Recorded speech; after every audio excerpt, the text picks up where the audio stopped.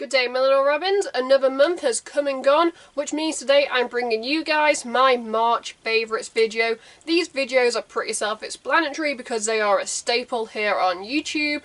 So before we begin, if you'd like to support me and the channel in the future, you can by clicking a like to show me some love. You can click subscribe and tap that bell to be notified when I upload on this channel.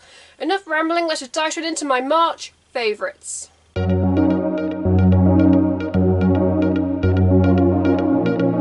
As with all these favourite videos, I always start off talking about music, albums, reactions, or whatever I've been doing on the channel that's music related.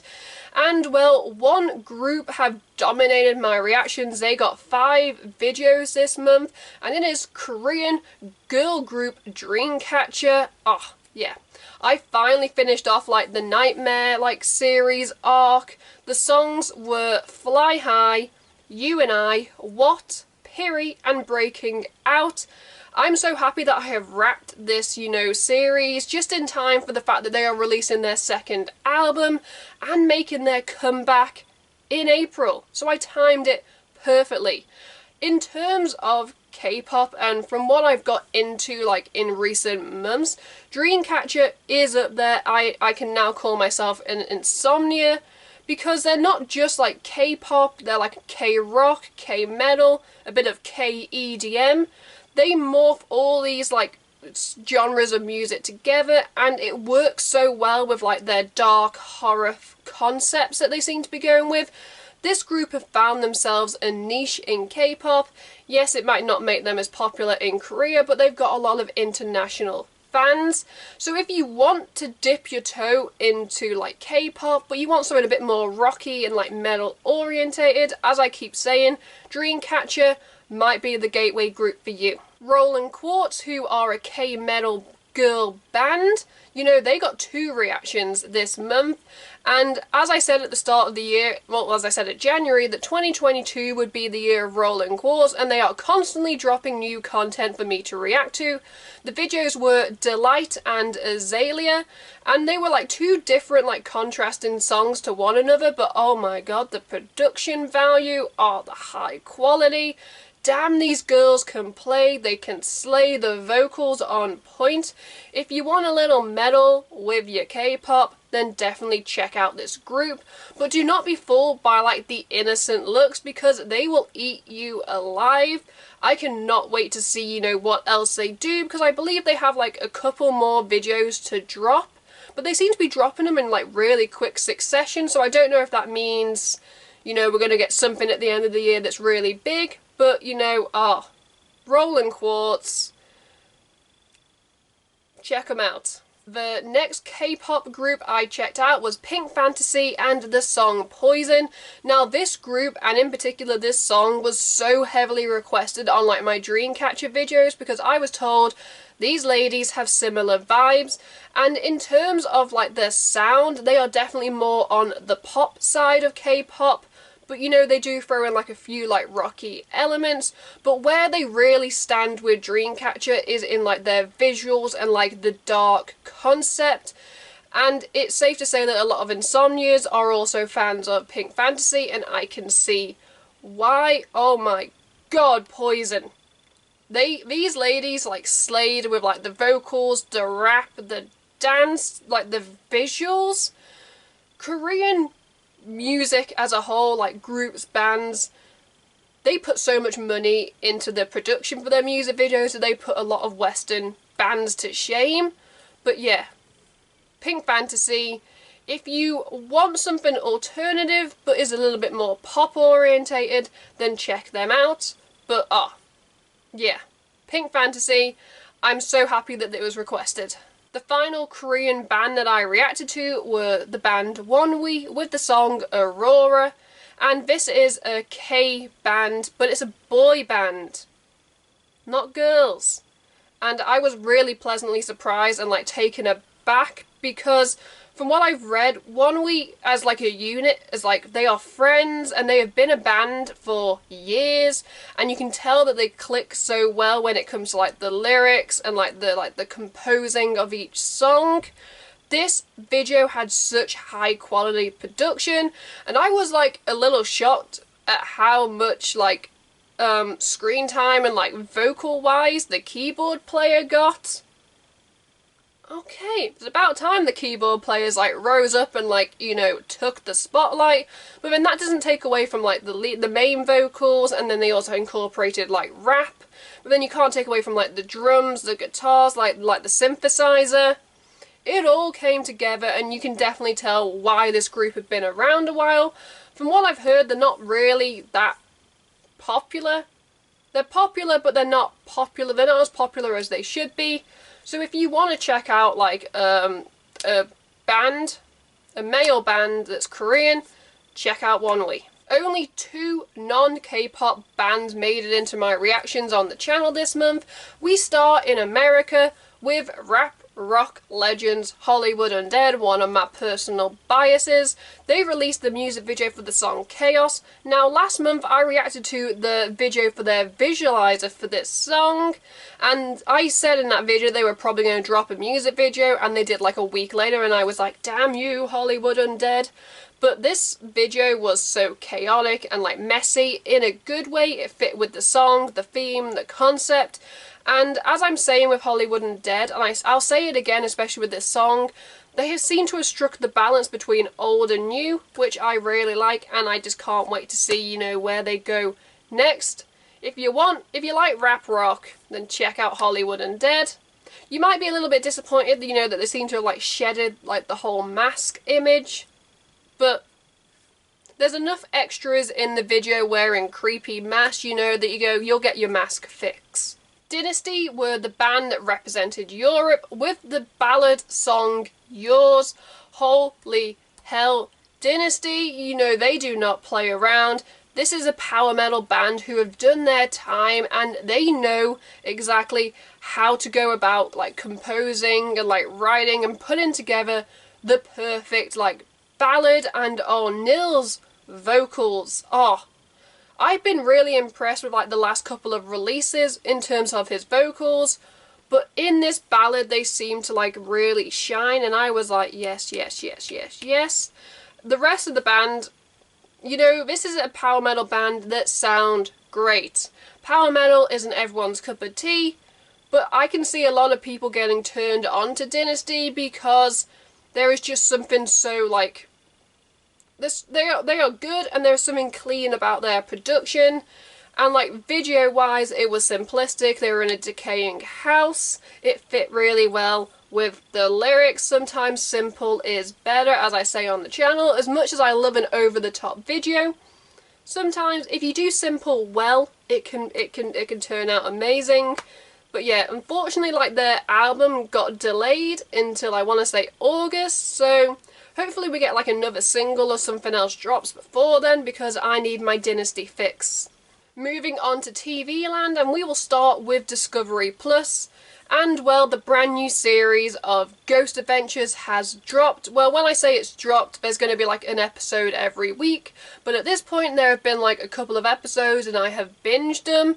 And now this is one of my guilty pleasure paranormal investigation shows. I don't care what people think. Yes, I can hold my hands up now and say from the episodes that I have watched right now that there are some slower, could almost seem scripted, like staged moments. It definitely seems like more of a production nowadays than it did in like the earlier seasons when, you know, it was just 3 people with like some cameras hunting ghosts. But yeah, there are moments where I was on the edge of my seat with like some of like the evidence they gathered.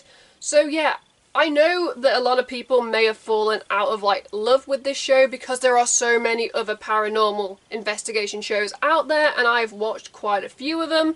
But I will always go back to Ghost Adventures. I don't know why, but yeah, it's good, and I'm going to keep watching. We move on to Disney Plus, and well, Moon Knight finally dropped. Well, episode 1 dropped as of the filming and upload of this video because it's on a weekly basis. Oh my god, this is a brand new character for Marvel that we haven't seen before. It's a new revenue for them to make money, and well, they have delivered. Oh, Yes, there were some inconsistencies with like London landmarks. I'm going to point that out as someone that's English and someone that's been to London. There were a few continuity shots that I was a bit like, ooh, but I can get behind it because Oscar Isaac, I cannot wait to see how like this story plays out, what they do with like the rest of like the mini-series. He is an amazing actor, and I can tell he's going to bring so much to the role, as are like the other members.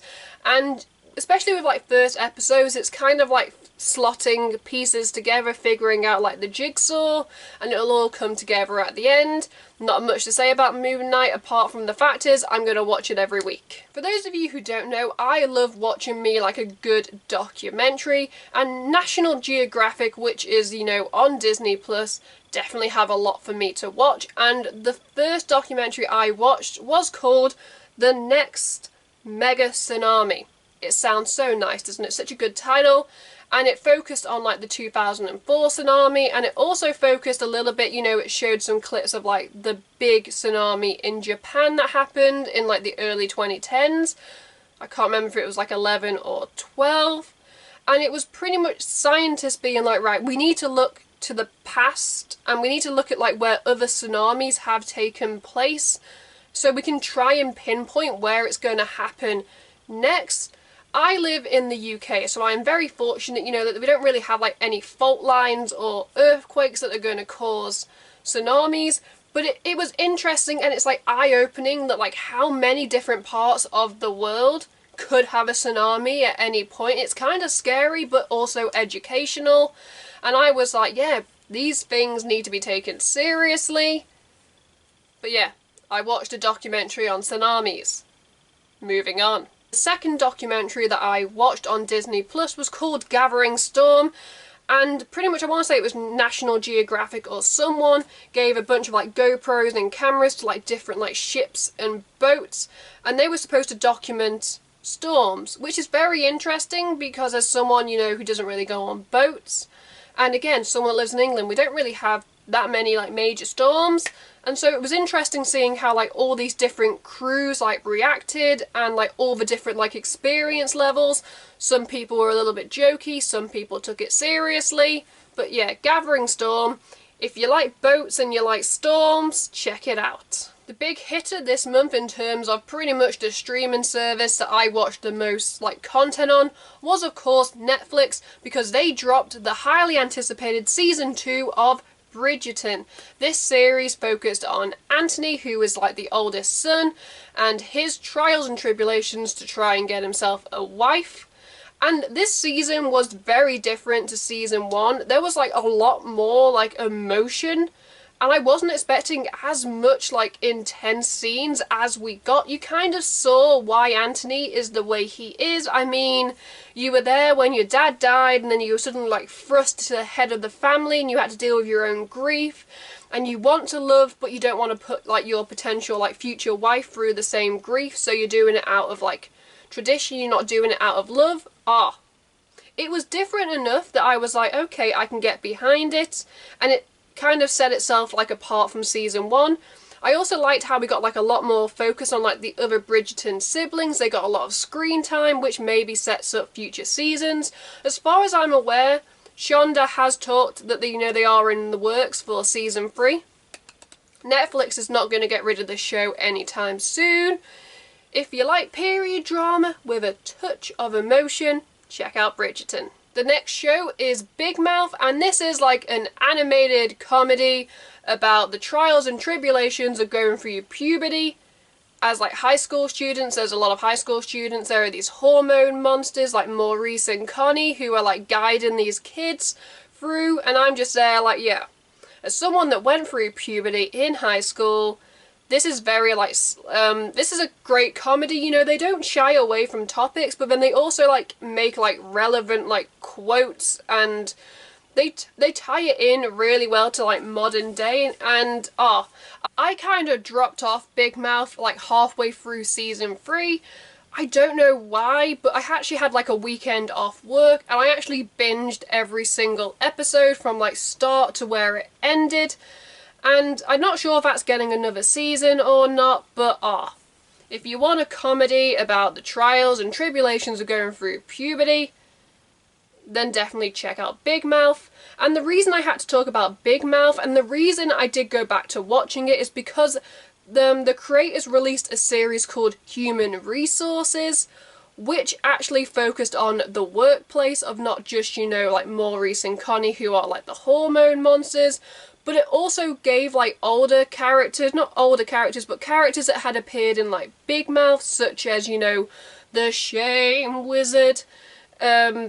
I love the Shame Wizard, but it also introduced new characters, and like you had Love Bugs, and you had Logic Rocks. And there was just so much drama, and it was like a workplace drama. A workplace comedy, because you have all these different like factions, all these different kind of monsters, who, as you realise that like each human, yes, they might have like a hormone monster, but they also have like a depression kitty, a shame, like an ambition goblin, and you don't realise just how many characters come together to, you know, make a person who they are. It was very interesting, and it introduced so many new characters. I really hope it gets a season 2, because I cannot wait to see where this goes. And the fact that the Shame Wizard, he is one of my favourite characters from Big Mouth, and the way it ended with his storyline, I was like, you know what, you lied, but you know, you're getting the attention you deserve. So yeah, if you want a comedy setting a workplace that's about all these different monsters and factions, then check out Human Resources, as well as Big Mouth. Another month has come and gone with Netflix spoiling me with all this Korean content. Oh my god, my watch list at this point is just so all over the place. And I have watched like a good like handful of shows, but I want to talk about 3 of them. These are the ones that I have binged. The first one is Business Proposal. Now I'm not going to spoil it, but I would never allow like my best friend to talk me into going on a blind date for them. And oh my god, imagine if you found out your blind date was in fact your boss. And your boss kind of falls in love with the character you've created, and then you've got to go to work. But like with all these Korean shows, like they have their dramatic moments, but then they also sprinkle in comedy, which I think like a lot of Western shows to a degree do. But like Korean shows, they know how to like get the balance right. They actually release 2 episodes a week, so it's better than getting 1 episode a week. Yes, I would have liked it if they just dropped the whole series, but you know, this little drip feed, because of all these other shows that I am watching, I'm happy Netflix has done this, because it means that the show has like been prolonged and like pulled out. Yeah, if my best friend ever did this to me, I would not be their friend anymore. The other show that I binged is called Beauty Inside, and you have a model who is under some curse where kind of like once a month, like she changes her whole appearance, she can change like her race, her gender, she can be an old person, she can be a child, she can be a toddler, and well, she kind of gets into a bit of trouble, and with her boss, who also has his own like infliction, and the 2 of them end up realising they have a lot more in common and like work together and get into a relationship, even though at the start it starts off fake because there is a contract, a little bit of blackmail. But like with Business Proposal, bit of like comedy sprinkled in, because Korean shows do go a little bit over the top, but it's never too over the top, and the more you watch the more you get used to it. I did not know what to expect from Beauty Inside. It was actually recommended by a friend who was like, you should give it a go. I watched 1 episode and then, well, I went down that rabbit hole and I binged the whole series. The final show is Men on a Mission, and this is a Korean variety show which sees like K-pop idols along with like other celebrities like come on to a show, and like they ask questions, they fool around, they play games with the host. It is set in like a high school environment, and like all like the guests are transfer students trying to transfer to Men on a Mission school. It is very interesting, and like over here in the West we don't really get that many like variety shows. The equivalent for us would be like talk shows where they have people come on and like talk, so like Graham Norton, Jonathan Ross, etc. I don't really watch the American ones, I tend to watch the UK ones. I would love if the West did more of these like crazy over-the-top variety shows, because they are just so fun to watch. Now, I have been watching clips from like Men on a Mission and like Knowing Bros for like the last couple of years online, and so imagine my shock when I opened Netflix and it was like, boom, we have dropped like 5 seasons, and I was like, oh, 5 seasons for me to binge? And by the time I binge that, probably the 2022 season will be over. But yes, yes, yes. If you like Korean culture, you watch a lot of films, TV, or consume a lot of K-pop, then check it out, because there's probably going to be 1 or 2 guests that you know. It is a fun time, and well, like I keep saying, Netflix is spoiling us. I saw 1 film this month, and well, drum roll, like if you can guess, but yes, I saw The Batman. I love that title. I actually saw it like 2 days after it came out. The screen I was in was sold out. I got like the last seat, and oh my god, it was so nice to be like in a full cinema, with no social distancing in place, because I love the cinema and I love films. If you're gonna watch The Batman, check it out on a big screen. Yes, you can, in the future you'll be able to watch it on like a small screen, but this is definitely a film that needs to be appreciated, because I was not expecting it to be like as dark, gritty, intense, and at times a little bit gory. I was like, what? I do agree with some people, there were a few minutes that probably could have been shaved off the running time, but I never once checked my watch because I was constantly hooked. We've got to talk about Robert Pattinson as Batman.